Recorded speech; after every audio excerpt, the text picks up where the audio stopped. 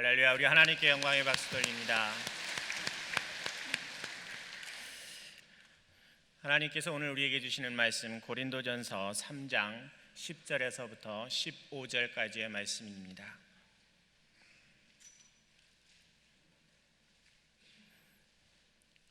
하나님께서 오늘 우리에게 주시는 말씀 고린도전서 3장 10절에서 15절 말씀 우리 함께 같이 봉독하겠습니다. 내게 주신 하나님의 은혜를 따라 내가 지혜로운 건축자와 같이 터를 닦아두매 다른 이가 그 위에 세우나 그러나 각각 어떻게 그 위에 세울까를 조심할지니라.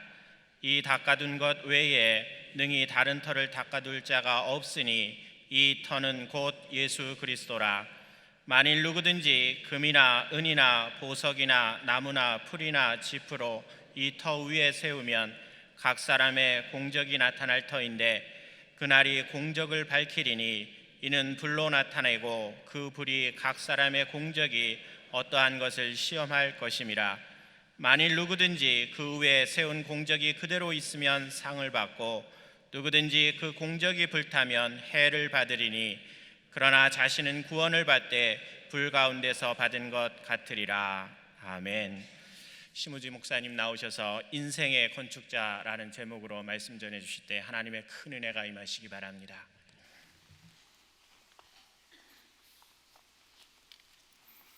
할렐루야. 아멘. 잘 지내셨죠? 비전 예배도 한번 인사 나누겠습니다. 안녕하세요. 사랑합니다. 축복합니다. 오늘 하루 또 오늘 주님께서 말씀으로 또 은혜 주시리라고 믿습니다. 사랑하는 교우 여러분, 오늘 성경의 말씀은 우리들의 인생을 건물을 짓는 것에, 건축하는 것에 비유해서 설명해 주고 있는 귀한 말씀입니다. 예수님께서도 마태복음 7장을 보면 우리의 인생을, 또 우리들을 건축하는 자라고 이렇게 비유해서 말씀하시는 그 이야기가 있습니다. 예수님께서 그렇게 말씀하셨던 것과 마찬가지로 오늘 성경 말씀을 보시면 사도 바울이 이 그리스도인의 삶을 건물 짓는 것에 비유해서 이야기하는 것을 우리가 읽을 수가 있습니다. 하나님께서 우리들에게 인생을 허락하시고 귀한 은혜 주신 이유가 무엇인가? 사도 바울은 우리가 그 은혜에 감격해서 인생의 집을 잘 짓게 하려고 그렇게 하신 것이라고 우리에게 가르쳐주고 있습니다. 사랑하는 교우 여러분, 인생을 건축하는 일에 비유하고 있는데 이 건축에 비유하는 이유가 무엇이라고 여러분이 생각하십니까?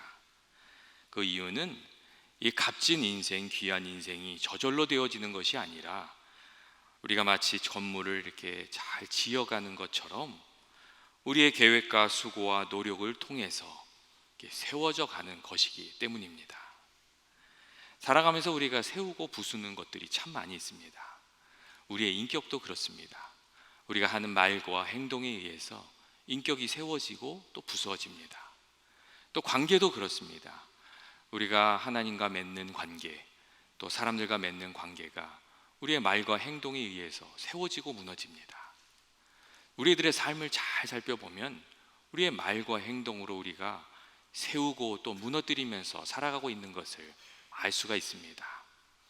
우리가 가정도 아름답게 세워야 되고 또 교회도 아름답게 세워야 되고 우리들의 삶의 이 터전도 아름답게 세워져 가야 하는 것을 우리가 알 수 있습니다.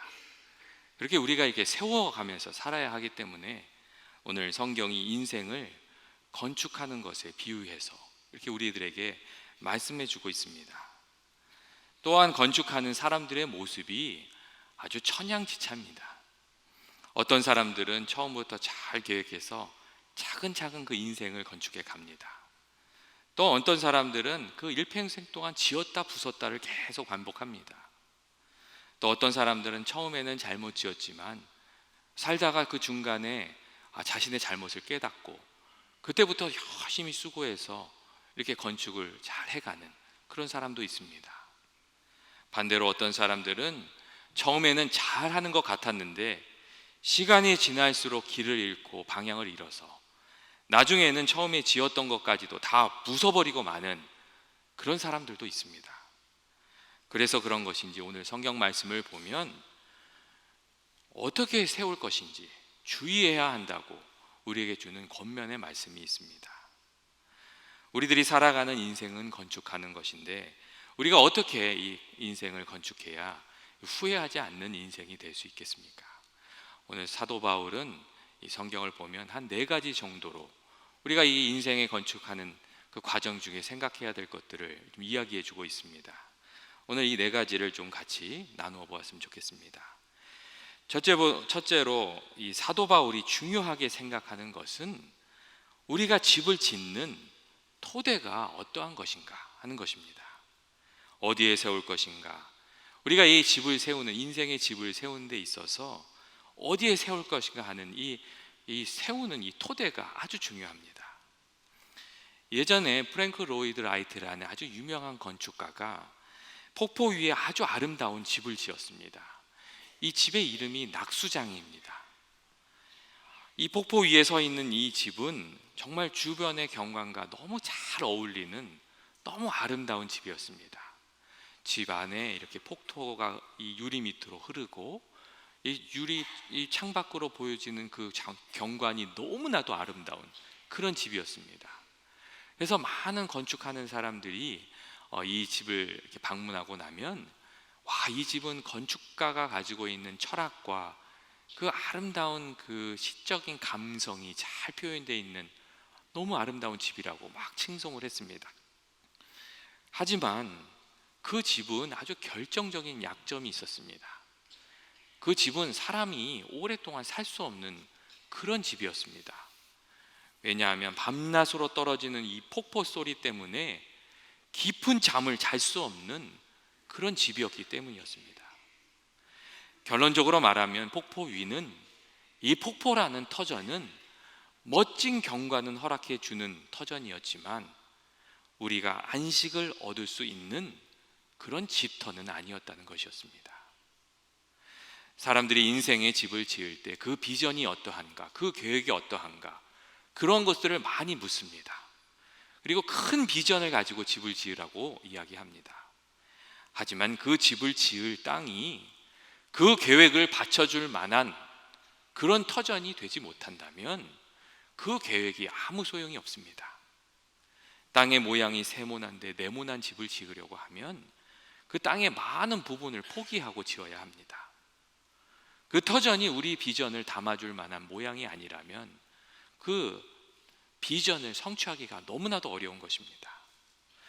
또한 우리가 집을 세우는 땅이 중요한 이유는 그 땅이 얼마나 단단한가에 따라서 그 위에 세워주는 건축물의 운명이 달라지기 때문입니다.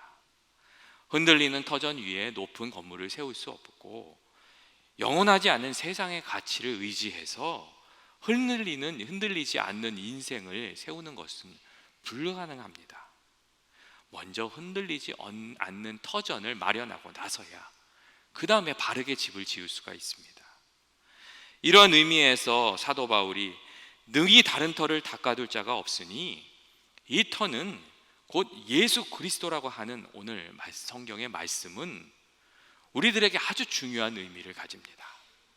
오직 예수님만이 우리 인생에 흔들리지 않는 터전이 되어주시고 예수 그리스도의 변치 않는 말씀과 그 약속과 은혜의 터전 위에 우리 인생의 집을 지어야 참 안식을 거둘 수 있고 참 기쁨과 행복과 구원이 가득한 인생을 우리가 누리면서 살아갈 수 있기 때문입니다. 참으로 흔들리지 않는 터전에 우리가 굳건히 서는 것이 필요합니다. 그런데 세상의 많은 사람들이 이 세상에 흔들리는 것으로 터전을 삼고 그 위에 집을 지으려고 합니다. 자기의 의나 공로나 부나 명예나 힘과 권세로 터전을 이렇게 쌓고 그 위에 집을 지으려고 합니다. 그리고 그 터전이 흔들리면 같이 인생이 흔들리는 겁니다. 사랑하는 교우 여러분, 우리가 그런 일들을 많이 보고 있지 않습니까? 대통령이 가진 권력이 얼마나 무상한지, 재벌들의 운명이 얼마나 위태로운 것인지, 그리고 핵무기를 의지하고 있는 북한의 운명이 얼마나 위태로운 것인지 우리가 세상에서 너무나도 많이 보고 있습니다. 성경은 우리들이 어제나 오늘이나 동일하신 예수 그리스도의 그 말씀과 약속 위에, 그 흔들리지 않는 터전 위에 우리들의 인생의 집을 건축해야 우리가 그 집을 건강하게, 바르게, 흔들림 없이 지을 수 있다고, 그리고 그 안에서 하나님이 약속해 주신 그 복을 누리면서 살아갈 수 있다고, 그렇게 가르쳐 주고 있습니다. 둘째로 오늘 본문 성경의 말씀에서 이렇게 주목할 점은 사도 바울이 집을 짓는 방법이었습니다. 이와 관련해서 주목할 말씀이 9절이 하나 있는데, 내게 주신 하나님의 은혜를 따라 지혜로운 건축자와 같이 그가 터를 닦으려고 했다는 점입니다. 사도 바울이 어떻게 집을 지었는가? 사도 바울은 늘 하나님이 베풀어 주신 은혜를 생각하면서 그 은혜에 합당하게 응답하는 방식으로 그의 인생을 이렇게 건축하고 그의 인생을 살아가려고 했습니다. 사도 바울은 늘 하나님께서 그에게 얼마나 큰 은혜를 베풀어 주셨는지 그것을 기억했습니다. 정말 예수 그리스도를 대적해서 살아갔던 죄 많은 자기 자신에게 하나님께서 얼마나 큰 은혜를 주시고 얼마나 큰 사명을 맡겨주셨는지, 그 은혜가 얼마나 귀한 것인지 그는 늘 기억하고 거기에 바르게 응답하면서 살아가려고 했습니다. 그래서 그의 삶에 그 불평이 없었고 늘 감사가 있었고, 그의 삶에는 늘 하나님의 뜻을 생각하면서 그 살아가려고 하는 그런 열정과 노력이 있었습니다. 그가 하나님의 뜻을 받으려고 할 때에 많은 어려움이 찾아왔지만 그 어려움 때문에 낙심하지 않고 실족하지 않고 그 어려움을 넉넉히 이기면서 살아갈 수 있었던 이유는 그가 그 은혜를 늘 붙들고 있었고 그 은혜에 감격해서 감사함으로 살아가려고 했기 때문입니다. 참으로 그의 인생을 보면 고난이 많이 있었습니다. 하지만 그는 불평하지 않았습니다. 그리고 그 고난을 통해서 하나님께서 이루고자 하시는 뜻이 있다고 믿고 자기의 삶을 들여서 그 뜻을 이루려고, 성취하려고 그렇게 살았습니다. 그래서 시간이 지날수록 사도 바울의 삶은 점점 빛이 나는 인생이 되었고 정말 의미로 가득한 삶이 되었고, 그 다음에 아름다운 건축으로 남을 수가 있었습니다. 사도 바울의 그 인생은 성도가 어떻게 인생의 집을 지어야 하는지 가르쳐주고 있습니다. 하나님께서 내게 주신 그 은혜에 응답해서 감사함으로 주의 뜻을 받들면서 살아가야 한다고 그렇게 가르쳐주고 있습니다. 불평과 원망으로 살고 그 불평과 원망으로 집을 짓는 것이 아니라 감사로 짓고 주의 뜻을 받들고 그것을 이루려고 하는 그 헌신으로 집을 지어가야 한다고, 그게 그리스도인이 집을 짓는 방법이라고 그렇게 말을 해주고 있습니다. 셋째로 사도 바울은 우리가 인생의 집을 지을 때 무엇으로 집을 지을 것인가, 그 재료가 아주 중요하다고, 좋은 자재를 골라서 정성껏 지어야 한다고 말해주고 있습니다. 12절 말씀이 그런 말씀인데, 사람들이 금이나 은이나 보석이나 나무나 풀이나 집으로 집을 세운다고 사도 바울이 그렇게 말했습니다. 그리고 이 재료가 두 가지로 딱 나누어집니다. 하나는 불로 이렇게 테스트를 받을 때 싹 타버리는 것이고, 다른 하나는 금이나 은과 이렇게 보석과 같이 타버리지 않는 것입니다. 사도 바울은 그 가치가 영원한 것들을 금이나 은이나 보석에 비유해서 말해 주었고, 겉으로 보기에는 그럴듯해 보이지만 그 가치가 일시적이고 시험이 찾아오면 사라지고 마는 것들, 그런 것들을 나무나 풀이나 지푸라기에 비유해서 이야기해 주었습니다. 그리고 좋은 재료를 구해다가 인생의 집을 지으라고, 그래야 한다고 우리에게 권면해 주었습니다. 사랑하는 교우 여러분, 인생도 그렇고 가정도 그렇고 교회도 그렇습니다. 하나님의 변하지 않는 말씀 위에 세워져야 하고, 또 주님께서 말씀하신 귀한 재료들, 이 귀한 믿음, 귀한 사랑, 참된 소망, 그리고 거룩한 헌신과 희생으로 우리의 인생도 가정도 교회도 세워져야 합니다. 그래야 폭풍이 불어오고 불같은 시련이 찾아올 때 흔들림이 없습니다. 반면에 우리가 그렇게 값진 것으로 세우지 못하고 세상의 자랑이나 세상의 가치에 의존해서 집을 짓고 나면 세상에 어려움이 찾아오고 시련이 찾아올 때 다 그것들이 무너지고 깨어지고 마는 것입니다. 돈을 의지하는 사람은 재물이 없어질 때 그 세운 것이 다 무너지고, 사람을 의지하는 사람들은 사람들이 떠나갈 때 그 세운 것이 무너지게 됩니다. 자랑거리를 의지하는 사람들은 자랑거리가 없어지면 그것이 다 무너져 버리고 마는 것입니다. 우리가 인생에 이렇게 우리가 살아가는 그 일상, 그 하루하루의 삶이 우리들의 그 영적인 집을, 우리들의 삶의 집을, 인생의 집을 짓는 것이라고 우리가 좀 생각할 필요가 있고, 또 그 겉만 보는 것이 아니라 그 속에 담겨 있는 것을 우리가 좀 살펴보면서 살아갈 필요가 있습니다. 예를 들어서 우리가 지금 이렇게 같이 예배를 드리는 것도 집을 짓는 그 과정입니다. 우리 인격의 집을 짓는 과정이고, 또 우리가 멀리 보면 하늘나라에서 우리가 살아가야 할 그 집을 지어가는 과정이라고 할 수 있습니다. 그런데 우리가 이렇게 다 똑같은 모양으로 집을 짓는 것 같지만 사실은 똑같은 집을 짓는 게 아닙니다. 이 예배 시간에 어떠한 마음으로, 어떠한 정성으로, 어떠한 사랑으로 하나님을 만나고 예배드리고 있는가에 따라서 내 인격이 변화되는 것이 다 다르고, 내 인생이 지어지는 집이 달라지고 하늘에 지어지는 집도 달라집니다.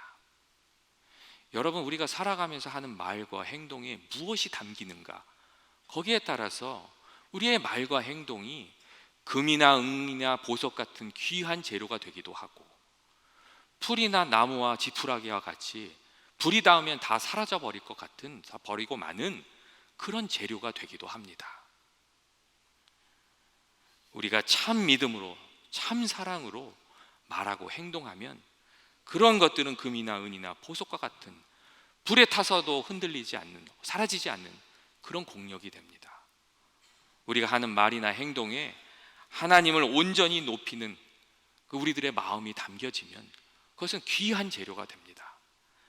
반면에 그 겉모양은 화려하지만 우리의 말과 행동에, 우리들의 헌신과 섬김에 그냥 세상적인 욕심이 담기고 그 안에 이기적인 욕심이 담긴다면 그것은 지푸라기와 같은 것이 되고 마는 것입니다. 그래서 예수님께서는 우리가 다른 사람을 돕고 구제할 때 나팔을 불면서 하지 말라고 그렇게 이야기를 하셨습니다. 옳은 소리 하는 것을 왼손이 모르게 하라고 그런 말씀도 해주셨습니다. 그렇게 하지 않으면 다 날아가는 것이 되고 말기 때문입니다. 예전에 어떤 집사님 제가 한번 만났는데 그 집사님이 이런 얘기를 하나 하시더라고요. 자기 남편이 자기한테 너무너무 잘해준대요. 근데 입이 방정이라고 그런 얘기를 하시더라고요. 잘해준 다음에 어느 순간 그 입으로 뭘 하냐면요, 생색을 그렇게 낸대요. 내가 이렇게 해줬잖아, 저렇게 해줬잖아, 이런 얘기를 하는데 그 얘기를 한참 듣고 있으면 마음에 참 고맙다 하는 마음이 들었다가 그 고맙다는 마음이 싹 사라지고 만다고 그런 이야기를 한 것을 제가 들은 적이 있습니다. 사랑하는 교우 여러분, 예수님께서 왜 오른손이 하는 일을 왼손이 하지 말라고 했는지, 여러분 세상에서도 그런데 우리가 하늘나라의 집을 짓는데 어떻게 해야 되는가, 예수님께서 좀 생각을 하라고 말씀해 주셨던 것입니다. 예수님께서 하나님을 섬기는 일도 그렇다고 말씀하셨어요. 기도할 때 사람들 앞에서 자기를 드러내기 위해서 중언부언하지 말고 조용히 골방에 들어가서 하나님 바라보면서 그 마음을 내어놓아야 한다고 그렇게 말씀해 주셨고, 금식을 하든 기도를 하든 봉사를 하든 헌금을 하든 그것이 얼마나 크고 놀라운 것인지 그 외모가 중요한 것이 아니라 그 안에 담긴 것이 중요하다고 그렇게 말씀하셨습니다. 이렇게 바리새인이 큰 소리 치면서 드리는 제물보다, 그 헌금보다 과부의 그 동전 한 입이 더 귀하다고, 그 안에 담긴 것이 더 크기 때문이라고 그렇게 말씀해 주셨습니다. 교만한 마음으로 하는 일들, 자기의 의를 드러나기 위해서 하는 일들, 세상의 기쁨을 추구하면서 하는 일들, 그런 것들은 다 지푸라기와 같이 사라져 버릴 것이라고 그렇게 말씀해 주셨습니다. 마지막으로 오늘 성경 말씀에서 사도 바울은 우리가 세운 모든 것이 하나님께 평가받는 시간이 있을 것이라고 그렇게 말해주고 있습니다. 건물을 우리가 다 짓고 나면 준공검사를 받는 것처럼 하나님께서 검사하시는 그날이 올 것이라고 그렇게 말씀해 주고 있습니다. 13절에 나와 있는 말씀이 그러한 말씀입니다. 각 사람의 공적이 나타날 터인데 그 날이 공적을 밝히리니 이는 불로 나타내고 그 불이 각 사람의 공적이 어떠한 것을 시험할 것이라. 만일 누구든지 그 위에 세운 공적이 그대로 있으면 상을 받고 누구든지 그 공적이 불타면 해를 받으리니 그러나 자신은 구원을 받되 불 가운데서 받은 것 같으리라. 사도 바울의 이런 말씀이 있습니다. 사실 우리가 하루하루 살아가면서 인생을 살아가면서 어떤 집을 짓고 있는지 세상 사람들은 잘 모릅니다. 그 속을 살펴볼 수 있는 능력이 없기 때문입니다. 하지만 하나님 앞에서는 우리 인생이 어떻게 건축이 되었는지 낱낱이 드러나는 것이라고 사도 바울이 우리들에게 이야기해 주고 있습니다. 그래서 우리가 인생의 집을 지을 때 날림 공사를 하면 안 되고 정성을 다해서 하루하루 집을 지어가야 한다고 그렇게 권면해 주고 있습니다. 세상에 지어지는 집들이 많이 있는데 가만히 보면 날림 공사로 지어지는 집들이 많이 있습니다. 예전에 저희 집도 집을 지은 적이 있습니다. 원래 살던 집을 다 부시고 그 집을 다시 지었어요. 그런데 그 집을 짓고 나서 우리 어머니 아버지가 다 병드셨어요. 왜냐하면 그 집 짓는 공사장에 하루라도 안 나가면 그 집 짓는 사람들이 자재도 빼먹고 그 다음에 그렇게 집도 제대로 이렇게 해야 될 것을 안 하는 거예요. 날림으로 짓는 거예요. 근데 그런 걸 몇 번 목격하고 나니까 어머니 아버지가 하루도 쉴 수가 없는 거예요. 그래서 그 집을 짓고서는 그냥 다 병들어서 누우셨어요. 그리고 다시는 집 안 짓겠다고 그런 얘기를 하셨어요. 여러분, 사람들이 집을 짓는데 왜 날림 공사를 짓는다고 그 날림 공사를 한다고 생각을 하십니까? 이익을 탐하기 때문이고 편안한 것을 추구하기 때문입니다. 적당히 공사해도 겉모습만 번들하게 만들어 놓으면 아무 문제가 없을 거라고 그렇게 생각하기 때문에 날림 공사를 합니다. 그런데 우리가 신앙의 문제는 어떻다고 생각하십니까? 우리가 신앙으로 인생의 집을 짓는데도 날림 공사가 적지 않이 많이 있습니다.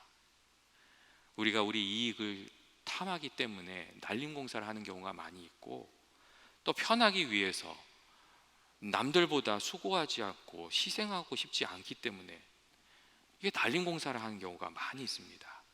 그리고 적당히 하고 대접받는 것을 지혜로운 것이라고 생각하기 때문에 그렇게 합니다.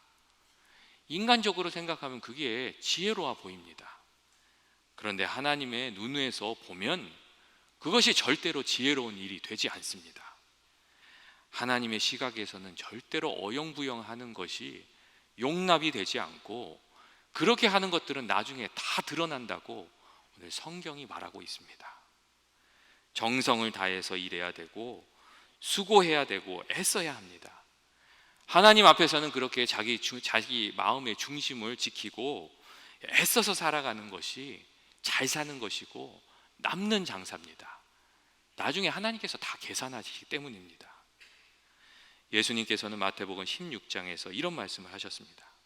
인자가 아버지의 영광으로 그 천사들과 함께 오리니 그때 각 사람이 행한 대로 갚을 것이다. 그런 말씀을 해주셨습니다.